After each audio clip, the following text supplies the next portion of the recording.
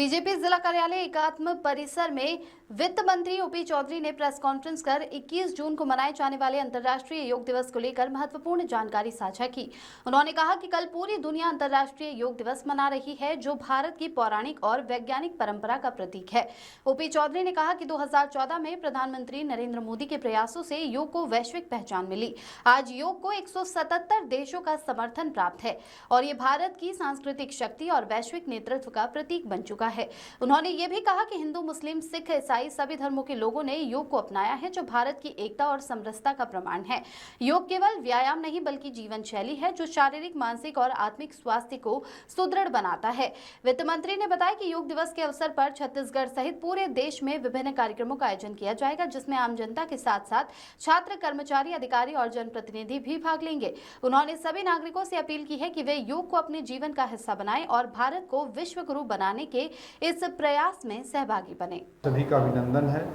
और आज जो विषय है वो योग दिवस कल हम जो आयोजित करने जा रहे हैं, पूरी दुनिया अंतर्राष्ट्रीय योग दिवस के रूप में इस दिन को मना रही है। उसका बहुत ही महत्वपूर्ण जो ओकेजन है, उसी संदर्भ में आज की प्रेस वार्ता पार्टी की ओर से आयोजित की गई है। इसमें आप सभी का अभिनंदन करता हूं मैं।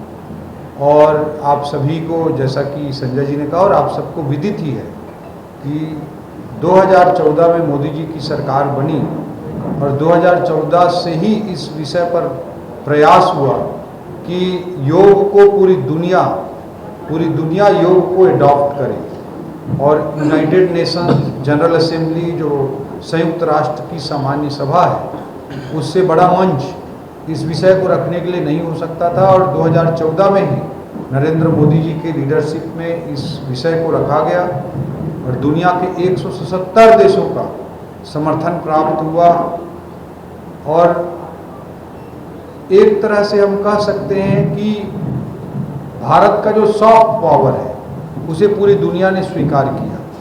भारतीय संस्कृति, भारतीय विरासत का जो महत्वपूर्ण बिंदु है उसे पूरी दुनिया ने स्वीकार किया। अनेकों इसमें मुस्लिम राष्ट्र, अनेकों ईसाई धर्म को मानने वाले राष्ट्र, सब ने इसका समर्थन किया और एक लाइफ स्टाइल के रूप में, एक महत्वपूर्ण विषय के रूप में पूरी दुनिया ने इसे अडॉप्ट किया। 177 कंट्री ने अडॉप्ट किया और 177 से भी ज़्यादा देशों में आज योग को लोग जीवन शैली के रूप में लगातार अपना रहे हैं।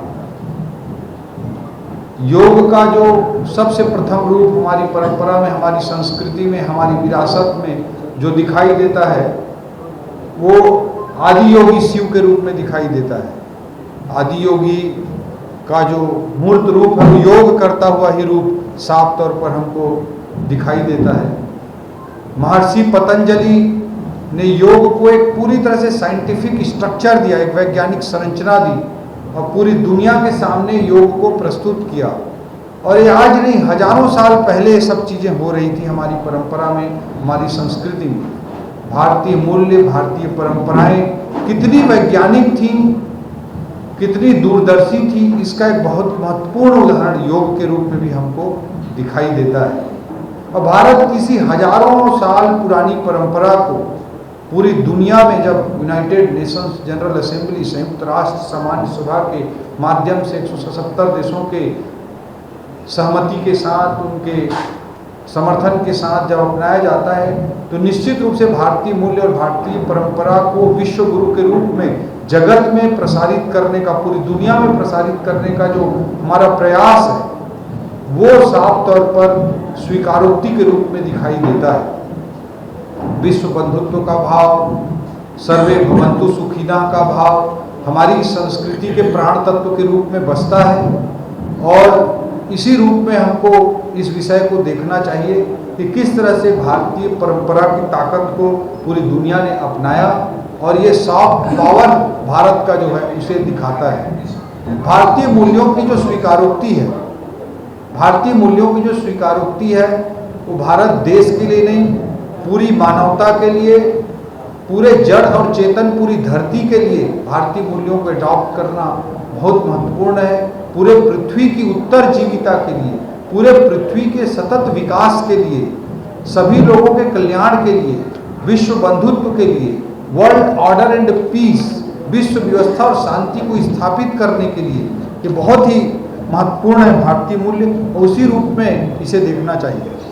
मोदी जी जब बात करते हैं पंचप्रण की, अन्य अपने विजन की जब बात करते हैं तो साफ तौर पर कहते हैं विकास भी और विरासत भी। हमको विकास भी करना है और हमको अपने विरासत के श्रेष्ठ मूल्यों को सामने लेकर भी आना है। कोई भी देश गुलाम होता है, कोई भी समाज में जब गुलामी के बिंदु पड़ते हैं, कोई भी देश कमजोर होता है तो उसे उसकी संस्कृति से, उसकी परंपरा से, उसकी विरासत से काट दिया जाता है, तभी वो गुलाम होता है, तभी उसका मनोबल गिरता है।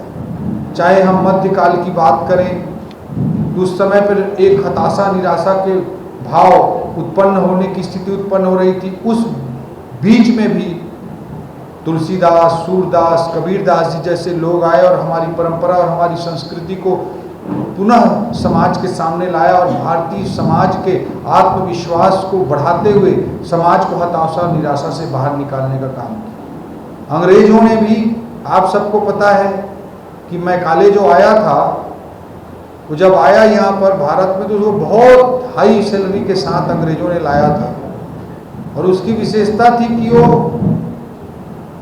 15 महीना दिन में एक नई भाषा सीख सकता था। मैकाले इस तरह का व्यक्ति था।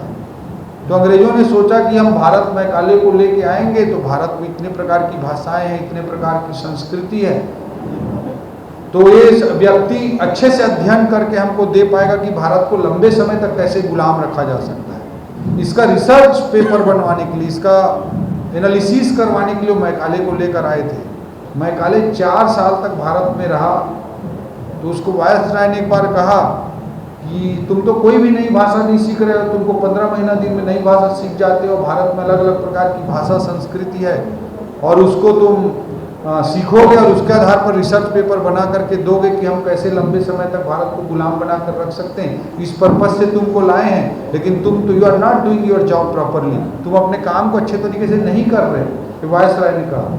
तो मैकाले मुस्कुराते हुए बोलता था कि no no, I am doing my job properly, don't worry. वो ऐसे ही बोलता था।